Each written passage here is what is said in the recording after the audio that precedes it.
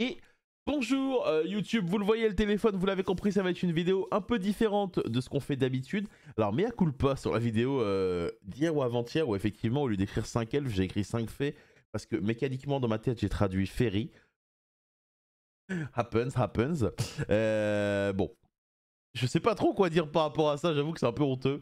Mais bon, on va dire que j'étais fatigué, quoi. J'ai dû préparer beaucoup de vidéos, puisque vous le savez, ce week-end, j'étais à Paris. Et du coup, à Paris, on a joué. Ça faisait 10 ans que j'avais pas joué au jeu en construisant un deck et tout pour m'entraîner. Et l'idée, c'est que à partir de la semaine prochaine, je serai pris pour des événements Konami toutes les semaines. Et notamment le commentary de WCQ. Puisque je crois que le premier que je recommence c'est le 31 mars et jusqu'au 28 avril, toutes les semaines, je suis en déplacement. Et donc l'idée, c'est que je voulais, pour que le commentary soit efficace, essayer de jouer un peu dans cette méta pour apprendre et comprendre un peu tout ça pour que le commentary soit efficace et que je puisse vous procurer les meilleurs commentaires de tournoi. Donc j'étais à Paris, le samedi j'ai joué Snake Eyes Pure, le dimanche j'ai joué le deck que je vais vous montrer là. Pourquoi je vous fais une vidéo sur ce deck? C'est pas pour flamber ou pour avoir des prétentions ou quoi, c'est juste pour vous partager un peu mon thinking process à travers les choix que j'ai faits. Qui peut être intéressant pour certains. N'hésitez pas à utiliser l'espace commentaire pour en débattre, parce que c'est vrai que ça sert à ça. Et avant de commencer, déjà je voulais vous remercier parce que ça y est, on a gagné plus de 500 abonnés ce mois-ci. N'hésitez pas, évidemment, pour ceux qui ne sont pas abonnés, à vous abonner. C'est un petit geste qui coûte absolument rien, qui soutient énormément. Et peut-être qu'avant la fin du mois et avant la fin de ce défi, une vidéo YouTube par jour pendant un mois qu'on a fait sur Twitch grâce à vos abonnements, on pourrait peut-être atteindre les 4000. 4000. Allez, c'est parti. Trêve de bavardage. Donc, comme vous l'avez compris, j'ai joué Fire King Snake Eye. Le choix entre les deux est évidemment un choix qui est très personnel. Je pense que les deux sont très très bons. Personnellement, je considère que Fire King Snake Eyes est meilleur parce qu'il offre une meilleure polyvalence contre tous les decks. Maintenant, évidemment, dans la confrontation des deux, la version Snake Eyes pure excelle notamment grâce à un nombre de free spots qui est énorme, qui permet de cibler certains match-ups. C'est au goût de chacun. Moi, j'avoue que je préfère Fire King Snake Eyes. Maintenant, à voir, évidemment. Alors, hop, on a 3 frênes. Bon, rien à dire, hein, c'est la carte que vous cherchez dans toutes vos parties. C'est le starter le plus intéressant. Pas grand chose à dire hein, sur ce frêne. Il est beaucoup trop fort. De Poplar, la carte qui a changé évidemment la donne. Je pense pas qu'il y ait un monde où faille en jouer 3.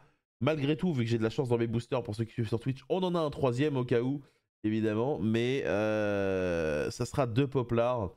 La carte est vraiment extrêmement forte. La carte vous permet de générer du plus à travers son effet qui permet de mettre du carte en zone magie piège.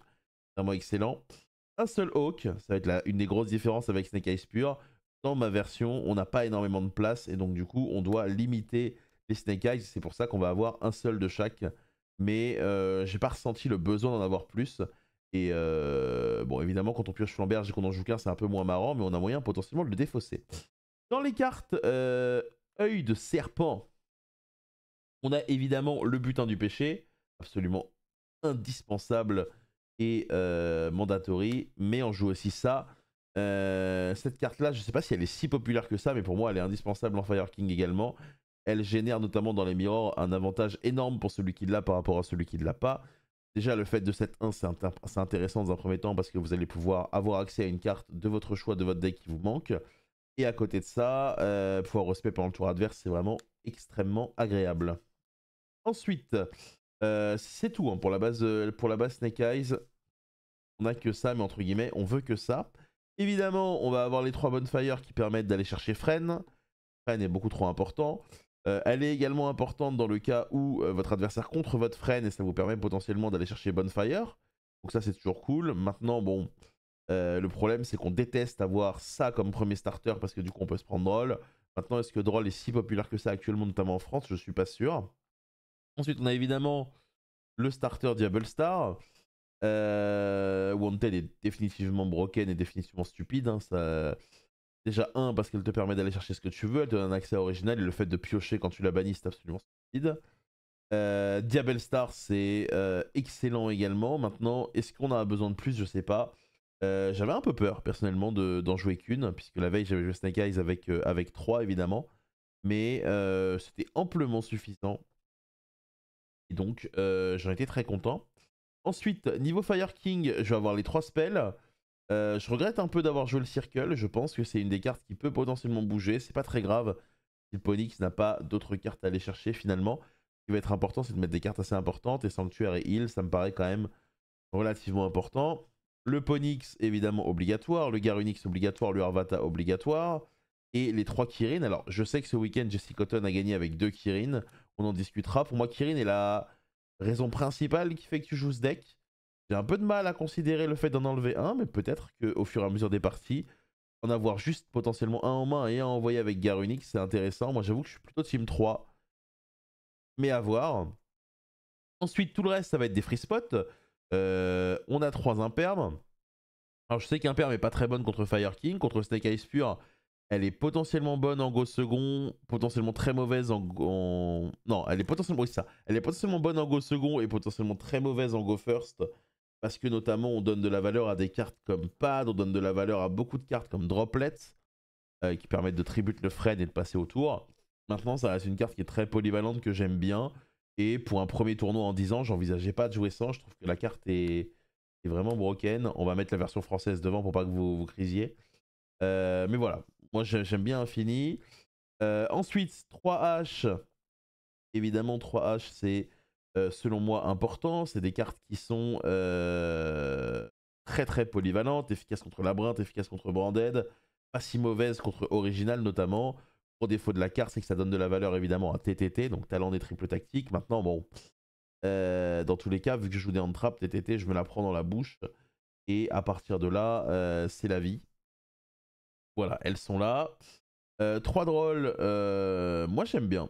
3 drôles en Fire King. Pourquoi j'aime bien 3 drôles en Fire King? Parce que la faculté de Fire King d'avoir beaucoup plus de ressources que son adversaire à la fin de son T1 est énorme, notamment grâce à Heatsoul et à Sunlight Wolf. En plus de toutes les ressources que tu vas avoir sur le terrain et dans le cimetière.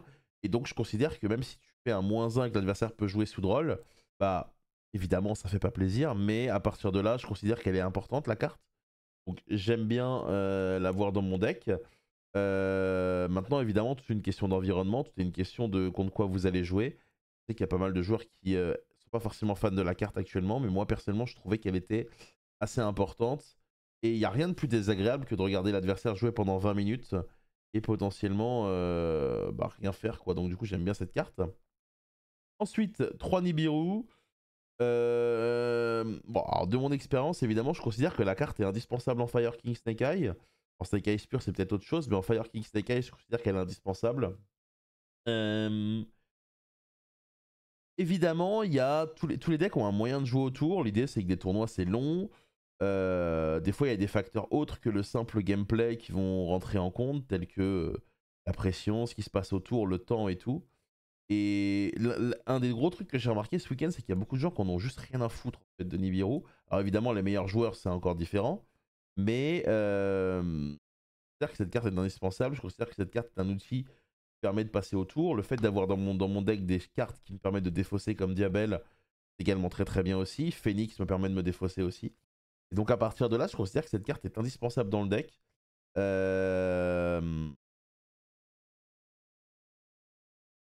C'est probablement la carte qui punit le plus les joueurs, je pense, si vous l'utilisez correctement.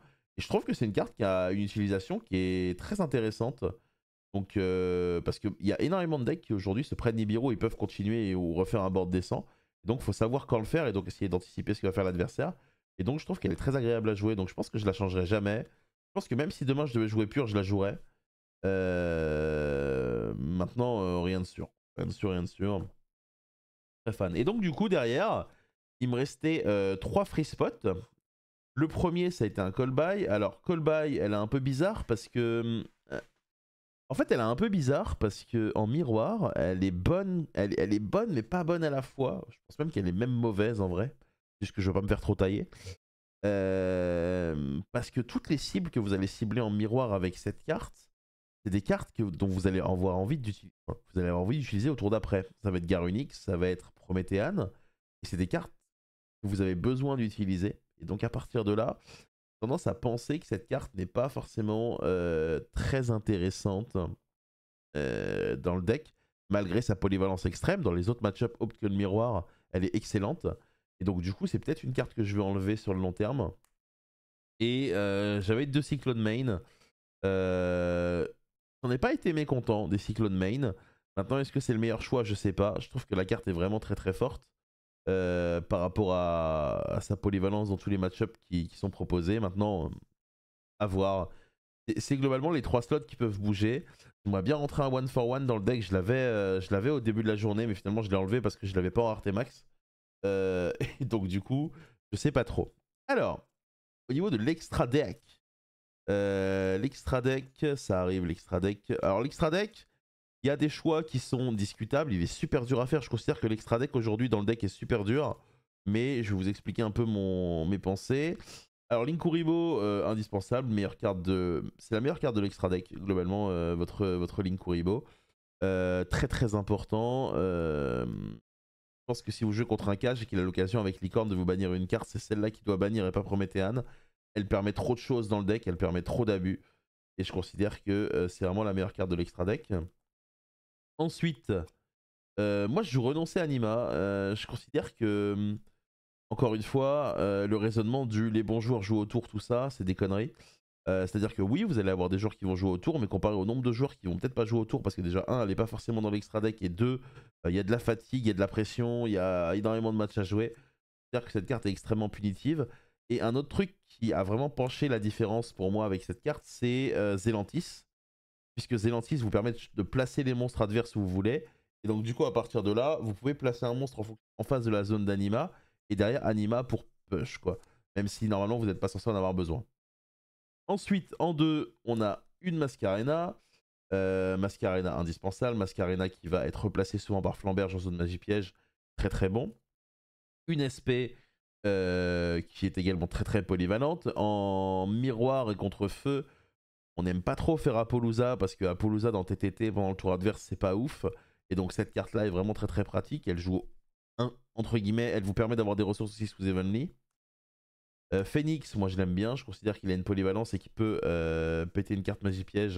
Donc je considère qu'il est assez intéressant, mais il fait partie des cartes qui peuvent potentiellement bouger et que certains joueurs ne jouent pas.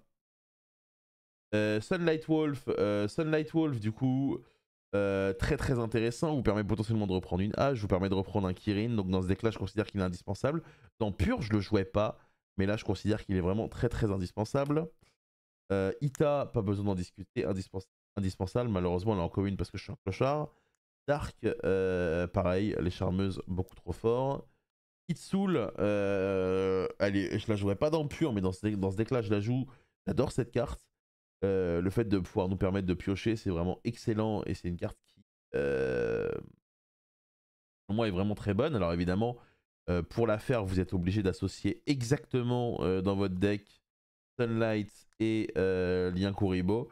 Et c'est quelque chose qui est assez facile parce que du coup, vos niveaux 1 se recyclent assez facilement. Hop. Ensuite, évidemment, Prométhéane obligatoire. Beaucoup de joueurs la jouent à 2 ce week-end à l'UDS, je vais y réfléchir. J'ai pas encore eu une situation où j'envisageais d'en jouer 2, mais c'est tout à fait possible. Ensuite, on passe au 4. Amblo Whale, très très efficace. Le fait de pop pendant le tour adverse, c'est vraiment très bien. Quand elle est pétée, on peut ramener potentiellement un lien 2 également, c'est intéressant. Ensuite, on a Salamangreat, Phoenix Enragé en combo évidemment avec le Zelantis. Ça, c'est quelque chose que je rapace qui vous permet d'OTK. On a Apollousa en 14ème que je n'invoque jamais en Mirror ou alors en Apo 2.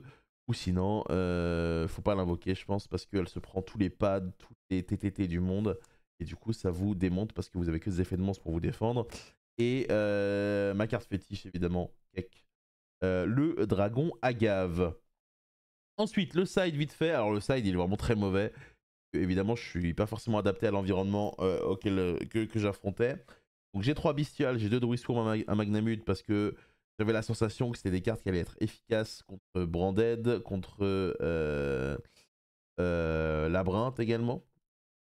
J'avais 3 TTT parce que TTT, j'ai l'impression que c'est quand même une carte très utile, notamment en Go second dans cette méta. Je n'ai pas mis Mind Deck pour une raison de place. Peut-être que je switcherai, j'en mettrai un Mind Deck. Mais la carte, je considère qu'elle est vraiment trop intéressante. J'avais 3 Evenly. Alors pourquoi je jouais 3 Evenly? Parce que les joueurs side beaucoup parfum. Et du coup, en manche 2, bah, c'est une carte qui passe sous parfum. Donc j'avais l'impression qu'elle était, elle était très très intéressante. Et elle peut potentiellement surprendre si un joueur s'en méfie pas. Donc je trouve que c'est une carte qui punit, donc j'aime bien. J'avais 3 Gospel contre Labyrinthe notamment. Ça m'arrivait de les rentrer aussi potentiellement dans d'autres match-ups, notamment contre Snake Eyes Pure. Si l'adversaire n'a aucune idée du fait que vous avez des Gospel, il va pas forcément garder son Poplar pour blockchain son Flamberge. Et du coup, bah, potentiellement contrer son Rebound de Flamberge. Ça peut totalement arrêter son tour, donc c'est potentiellement très très intéressant. Mais voilà, c'est de l'adaptation en temps réel. Je trouve que la carte est très très polyvalente et du coup, je l'aime bien. Et 3 parfums anti-magie qui est une carte que je déteste. Je vais pas mentir, je la déteste de manière générale. Je considère que ce genre de carte ne devrait pas exister dans le jeu. À mon époque, ça n'existait pas. Aujourd'hui, ça existe parce que les parties durent 1 ou 2 tours. Et aujourd'hui, le fait de la voir quand vous commencez, ça vous fait gagner énormément de tours. Maintenant, maintenant j'aime pas la carte. Et donc, à partir de là, je sais pas trop ce que je veux en faire. Mais c'est vrai que quand tu commences, elle est quand même extrêmement forte et elle bloque énormément de joueurs. Et donc, du coup, à partir de là, c'est une carte qui est très très intéressante. Voilà, c'était un peu ce que j'ai joué ce week-end. Donc, j'ai vraiment passé un bon moment. J'ai hâte de commenter les WCQ parce que je pense que c'est un format qui va être extrêmement rewardant pour les meilleurs joueurs, les joueurs qui, évidemment, travaillent le plus. Merci à vous d'avoir suivi cette vidéo. Prenez soin de vous et on se voit tout à l'heure sur Twitch à 16h. Et pensez à vous abonner, les potes. À demain!